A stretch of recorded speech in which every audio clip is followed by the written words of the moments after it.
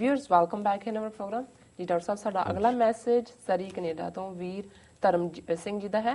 इन्हां नूं उन्हां वीरां ते इतराज़ है जिहड़े कि खालिस्तान की मंग छड्ड के आम आदमी पार्टी दे झाड़ू फड़ी बैठे हैं। इन्हां दा कहना है कि यह रुझान खालिस्तान की लहर नूं बड़ी वड्डी सट मारेगा। इस संबंधी तुहानूं कुछ करना चाहिए है अते इस रुझान के खिलाफ जोरदार आवाज़ उठानी चाहिए है। इन्हां नूं यह भी इतराज़ है कि TV 84 नाल जुड़े TV ते इंटरटेनमेंट नहीं होना चाहिए क्योंकि 84 अपने आप विच एक संवेदनशील मुद्दा है। इन्हां ने खालिस्तान दे लई पूरी तरह समर्पित होने की सब नूं बेनती की है। जी डॉक्टर साहब असीं वीर धर्म सिंह जी दे बहुत बहुत धन्नवादी हैं। वो सरी च रहिंदे ने, पंथक दर्द रखते ने, खुद भी मीडिया दे नाल अटैचड रहे जी।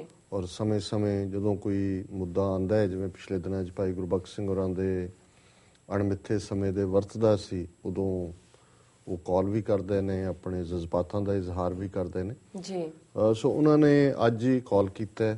उन्होंने बड़ी चिंता का इजहार किया कि आम आदमी पार्टी का प्रभाव उन्हां वीरां भैणां तक भी पहुँच रहा है जिहड़े कि खालिस्तान दे झंडा बरदार सी जी। और वो खालिस्तान दे झंडे पासे रख के अपने नवेकलेपन अपने विलखण होंद दे विरसे नूं पासे रख के आम आदमी पार्टी दे काफले दे विच ज्वाइन कर रहे हैं जी। और फिर उसनूं न्याय संगत भी दसते हैं, उसनूं जस्टिफाई भी करते हैं कि जी असीं बिल्कुल ठीक कर रहे हैं, असीं पहलां थोड़ी जी पावर लवांगे, फिर अगे जावांगे, फिर इधर जावांगे, फिर उधर जावांगे जी। सो उन्होंने ये कहा कि भी इन्हां बारे तुसीं जिहड़ा सख्ती दे नाल जिहड़ा अपने व्यू दिओ। मैं उन्होंने यही कहा मैं कि शायद तुसीं लगातारता नाल TV 84 प्रोग्राम नहीं देखते, जे देखते हुंदे तो फिर तुसीं घट्टो घट्ट साडे स्टैंड तो जरूर वाकफ होंगे कि भी असीं पहले दिन तो ये बावजूद कि साडे ईवन वैलविशर वीर भैणां भी जिहड़े ने वो साथों थोड़े कुछ खफा भी ने, कुछ जिहड़े ने वो महसूस करते हैं कि भी थोड़ा असीं हाथ हौला रखिए जी। पर असीं जो ठीक समझते हैं असीं उस दे मुताबिक ही इस स्टैंड नूं लिया। फिर उन्होंने ये TV 84 के हवाले नाल भी कहा कि जी ना तो बहुत वधिया जी लेकिन जिहड़ी इहदी संवेदनशीलता इस नाम की उहदे नाल जो कुछ एंटरटेनमेंट के थल्ले चलदा है TV ते उहनूं जिहड़ा फिट नहीं बहंदा उहदे नाल जी। सो शायद ये गल उन्हां दी शिकायत तक महदूद नहीं है। होर भी जदों असीं ट्रैवल अराउंड भी करते हैं ये गल सुनन नूं मिलदी है जी।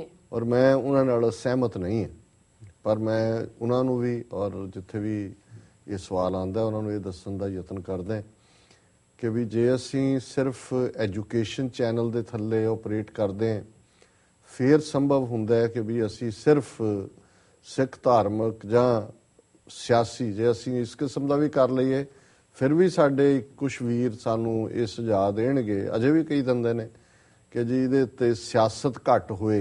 कुछ ये भी कहंदे ने जी बिल्कुल सियासी कर दिओ इहनूं भी तुहाडा 24 घंटे न्यूज़ होणियां चाहीदियां, कामेंटरीज होणियां चाहीदियां, ये सवेरे शाम पाठ कीर्तन ये नहीं सानू पोलिटिकल चैनल की लोड़ है जी।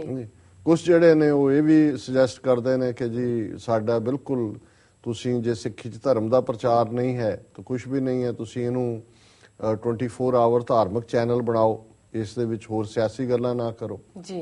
तो कुछ वीर धर्म सिंह वर्गे वीर भी ने जिन्होंने ये लगता है कि भी जी एंटरटेनमेंट है गाने ने वो म्यारी नहीं होंगे और ये असीं समझते हैं म्यारी नहीं होंगे। उसका कारण भी है क्योंकि जे असीं 24 घंटे इनू रन करने एंटरटेनमेंट चैनल के थल्ले आना है 6 तो 8 घंटे एंटरटेनमेंट मस्ट है वो सारे लिए तो असीं म्यारी हालां साडी TV 84 कैमरा टीम साडे एडवाइज़र बड़ी सख्त मेहनत करते हैं। जो भी चीज़ उसारू और पंथक हुंदी है सब तो पहला साडे चैनल ते हुंदी है। वो भावें कोई जिहड़ी पंथक हितां दे नाल जुड़ी हुई फिल्म है जां गीत ने पर तुसीं उन्हां गीतां नूं जां दूसरिਆਂ नूं किन्ना क वक्त दे सकदे हो, अद्धा घंटा पौना घंटा उन्हां नूं फिर रिपीट करना पैंदा। जो तुसीं रिपीट करदे हो फिर कुछ वीर हुंदे ने वो कहणगे जी तुसीं ओही रिपीट करी जांदे हो ते जो कुछ नवां आना है हालांकि ये नहीं है। मैं भी कई बार ऑन करदा उन्हां दा इस किस्म दा हुंदा है सॉन्ग मैं भी बंद कर दिंदा मेरे लिए भी क्योंकि मेरी अपनी विचारधारा इस लाइन दे उत्ते है इसलिए मैं भी कोई कंफर्टेबल नहीं हुंदा पर कुछ चीज़ां साडियां विहारक मजबूरियां ने ਓਵਰਆਲ ਕਲਚਰ ਇਸ ਕਿਸਮ ਦਾ ਉੱਥੋਂ ਜੋ ਨਿਕਲਦਾ ਹੈ, ਜਿਹੜੀਆਂ ਐਲਬਮਾਂ ਆਪਣੀਆਂ ਕੱਢਦੇ ਨੇ ਜਾਂ ਫਿਲਮੀ ਸੌਂਗਸ ਨੇ, ਹੈ ਹੀ ਇਹੀ ਕੁਛ ਹੈ। ਅਸੀਂ ਜਦੋਂ ਉਹੀ ਚੀਜ਼ਾਂ ਘਰਾਂ 'ਚ ਬੈਠ ਕੇ ਦੇਖਦੇ ਹਾਂ, ਦੂਜੇ ਚੈਨਲਾਂ ਤੇ ਇਹੀ ਕੁਛ ਚੱਲਦਾ ਜੀ ਜੀ ਸਾਡੀ ਕੰਪਲਸ਼ਨ ਔਰ ਮੇਰੀ ਇਹ ਚਾਹਨਾ ਹੈ, ਡਿਜ਼ਾਇਰ ਹੈ, ਸਤਿਗੁਰੂ ਰਹਿਮਤ ਕਰਨ ਅਸੀਂ ਕਾਮਯਾਬ ਹੋਈਏ, ਸਾਡਾ ਡਿਸ਼ਵਾਲ ਦਾ ਸਫ਼ਰ ਤੈਅ ਹੋਏ ਪ੍ਰੋਪਰਲੀ ਜੀ ਔਰ ਸਾਡੇ ਕੋਲ ਇੰਨੇ ਕੁ ਸਾਧਨ ਹੋਣ, ਇੰਨੇ ਕੁ ਰਿਸੋਰਸ ਹੋਣ ਕਿ ਅਸੀਂ ਇੰਡੀਪੈਂਡੈਂਟਲੀ ਫੰਡ ਕਰੀਏ ਉੱਥੇ ਟੀਮਸ ਨੂੰ, ਸਿੰਗਰਸ ਨੂੰ, ਆਰਟਿਸਟ ਨੂੰ, ਕਿ ਐਕਸਕਲੂਸਿਵਲੀ TV 84 ਦੇ ਲਈ ਗਾਉਣ। ਉਸ ਦੇ ਲਈ ਸਾਡੇ ਕੋਲ ਚੰਗੇ ਸੀਰੀਅਲ ਬਣਨ, ਸਾਡੀ ਹਿਸਟਰੀ ਤੇ ਬੇਸਡ ਹੋਰ ਸਾਰਾ ਪਾਰਟ ਹੋਏ। ਬਟ ਅੱਜ ਦੀ ਤਰੀਕ 'ਚ ਆਪਣੇ ਸੀਮਤ ਸਾਧਨਾਂ ਦੇ ਨਾਲ ਜੋ ਕੁਛ ਅਸੀਂ ਬੈਸਟ ਪ੍ਰੋਡਿਊਸ ਕਰਨ ਦਾ, ਦੇਣ ਦਾ ਯਤਨ ਕਰ ਰਹੇ ਹਾਂ।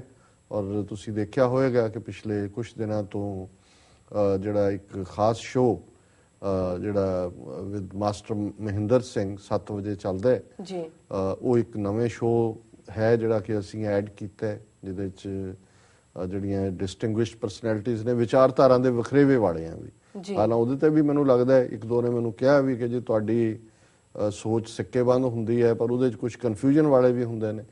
ਪਰ ਮੇਰਾ ਉਹਨਾਂ ਨੂੰ ਇਹੀ ਕਹਿਣਾ ਸੀ, ਮੈਂ ਕਿਹਾ ਜੀ ਇਹ ਤੁਹਾਨੂੰ ਹਰ ਕਿਸਮ ਦਾ ਪ੍ਰੋਗਰਾਮ ਜਿਹੜਾ ਹੈ ਉਹ ਰੱਖਣਾ ਪੈਂਦਾ ਹੈ, ਤਾਂ ਕਿਉਂਕਿ ਦੂਸਰੀ ਵਿਚਾਰਧਾਰਾ ਵਾਲੇ ਲੋਕ ਵੀ ਨੇ। ਜੇ ਅਸੀਂ ਉਹਨਾਂ ਨੂੰ ਪਲੇਟਫਾਰਮ ਨਹੀਂ ਦਿਆਂਗੇ ਤਾਂ ਸਾਡੇ ਈਵਨ ਦਰਸ਼ਕ ਜਾਂ ਸਰੋਤੇ ਵੀ ਇਹਨੂੰ ਕਿਵੇਂ ਡਿਸਰਨ ਕਰ ਸਕਣਗੇ ਕਿ ਠੀਕ ਕੀ ਹੈ, ਗਲਤ ਕੀ ਹੈ। ਜੀ, ਹਰ ਇੱਕ ਦਾ ਵਿਊ ਪੁਆਇੰਟ ਹੈ। ਕਾਂਗਰਸ ਨਾਲ ਜੁੜੇ ਹੋਏ ਲੋਕ ਵੀ ਨੇ, ਅਕਾਲੀਆਂ ਨਾਲ ਜੁੜੇ ਹੋਏ ਲੋਕ ਵੀ ਨੇ, ਸਾਰੇ ਉਹਨਾਂ ਦੇ ਵਿਰੋਧ ਕਰਨ ਵਾਲੇ ਵੀ ਨੇ। ਸੋ ਮੈਂ ਸਮਝਦਾ ਵੀ ਜਿਹੜਾ TV ਪਲੇਟਫਾਰਮ ਹੈ TV 84 ਦਾ, ਉਹਦੇ ਥੱਲੇ ਬੇਸ਼ੱਕ ਅਸੀਂ ਆਪਣੀ ਸੋਚ ਜਿਹੜੀ ਆ ਉਹਦੇ ਨਾਲ ਕਦੇ ਕੰਪਰੋਮਾਈਜ਼ ਨਹੀਂ ਕੀਤਾ, ਔਰ ਉਹਦੇ ਥੱਲੇ ਇਹ ਵੀ ਨਹੀਂ ਹੈ ਕੋਈ ਸਾਨੂੰ ਕਹੇਗਾ ਕਿ ਜੇ ਤੁਸੀਂ ਆਹ ਕਹਿਣਾ ਤੇ ਨਹੀਂ ਕਹਿਣਾ। ਪਰ ਇਹਦਾ ਮਤਲਬ ਇਹ ਨਹੀਂ ਹੈ ਕਿ ਜਿਹਦਾ ਕੋਈ ਡਿਸੈਂਟਿੰਗ ਵਿਊ ਹੈ ਜਾਂ ਡਿਫਰੈਂਟ ਵਿਊ ਪੁਆਇੰਟ ਹੈ ਉਹਨੂੰ ਅਸੀਂ ਟੋਲਰੇਟ ਨਾ ਕਰੀਏ। ਸੋ ਸੁਣ ਸਕਣਾ ਵਿਰੋਧ ਵੀ ਜਿਹੜਾ ਹੁੰਦਾ। ਸੋ ਅਸੀਂ ਸਮਝਦੇ ਹਾਂ ਵੀ 24 ਘੰਟੇ ਦੇ ਪ੍ਰੋਗਰਾਮਾਂ 'ਚ ਬਹੁਤ ਸਾਰਿਆਂ ਦਾ ਪਸੰਦੀਦਾ ਕੋਈ ਪ੍ਰੋਗਰਾਮ ਹੋਏਗਾ, ਬਹੁਤ ਸਾਰੇ ਐਸੇ ਹੋਣਗੇ ਜਿਨ੍ਹਾਂ ਨੂੰ ਉਹਦੇ ਚੋਂ ਇੱਕ ਚੀਜ਼ ਚੰਗੀ ਲੱਗਦੀ ਹੈ, ਦੂਜੀ ਨਹੀਂ ਲੱਗਦੀ, ਦੂਜੇ ਨੂੰ ਉਹ ਚੰਗੀ ਲੱਗਦੀ ਹੈ, ਸ਼ਾਇਦ ਕਈਆਂ ਨੂੰ ਸਿਆਸੀ ਗੱਲ ਚੰਗੀ ਨਹੀਂ ਲੱਗਦੀ। ਕਈ ਜਿਹੜੇ ਨੇ ਜਦੋਂ ਸਾਡੇ ਕਥਾਵਾਚਕ ਜਿਹੜੇ ਇੱਥੇ ਗੁਰਦੁਆਰਿਆਂ 'ਚ ਆਉਂਦੇ ਨੇ ਡਿਫਰੈਂਟ ਥਾਵਾਂ ਤੇ, ਸਾਡੇ ਕੈਮਰਾਮੈਨ ਉਹਨਾਂ ਨੂੰ ਰਿਕਾਰਡ ਕਰਕੇ ਲਿਆਉਂਦੇ ਨੇ ਸਪੈਸ਼ਲ ਪ੍ਰੋਗਰਾਮ ਦੇ ਤੌਰ ਤੇ, ਉਹ ਉਹਨਾਂ ਨੂੰ ਬਹੁਤ ਚੰਗਾ ਲੱਗਦਾ। ਸੋ ਮੈਂ ਸਮਝਦਾ ਵੀ ਇਹਨੂੰ ਇੱਕ ਅਸੀਂ ਕੰਪੈਕਟ ਡੀਲ ਦੇ ਤੌਰ ਤੇ ਹੀ ਦੇਖੀਏ, ਔਰ ਕੋਸ਼ਿਸ਼ ਇਹੀ ਸਾਡੀ ਰਹਿੰਦੀ ਹੈ ਵੀ ਅਸੀਂ ਜਿੰਨੇ ਵੀ ਸੁਝਾਅ ਨੇ ਉਹਨਾਂ ਨੂੰ ਇਨਕੋਰਪੋਰੇਟ ਵੀ ਕਰੀਏ, ਉਹਨਾਂ ਨੂੰ ਅਸੀਂ ਸੁਣਦੇ ਵੀ ਹਾਂ ਜੀ, ਔਰ ਜੋ ਯਥਾ ਸ਼ਕਤ ਉਹਦੇ 'ਚ ਤਬਦੀਲੀ ਕਰ ਸਕਦੇ ਹਾਂ ਉਹ ਵੀ ਕਰਨ ਦਾ ਯਤਨ ਕਰਦੇ ਹਾਂ। ਸੋ ਵੀਰ ਧਰਮ ਸਿੰਘ ਜੀ ਦਾ ਬਹੁਤ ਬਹੁਤ ਧੰਨਵਾਦ ਕਿ ਉਹ ਸਾਨੂੰ ਯਾਦ ਕਰਦੇ ਨੇ ਔਰ ਸਾਨੂੰ ਸਾਡੀਆਂ ਕਮਜ਼ੋਰੀਆਂ ਵੀ ਦੱਸਦੇ ਨੇ। ਜੀ ਡਾਕਟਰ ਸਾਹਿਬ, ਬਿਲਕੁਲ। ਹੁਣ ਨੇ ਬ੍ਰੇਕ, ਵੀਅਰਸ ਤੁਸੀਂ ਕਿਤੇ ਨਹੀਂ ਜਾਣਾ, ਮਿਲਦੇ ਹਾਂ ਛੋਟੇ ਬ੍ਰੇਕ ਤੋਂ ਬਾਅਦ।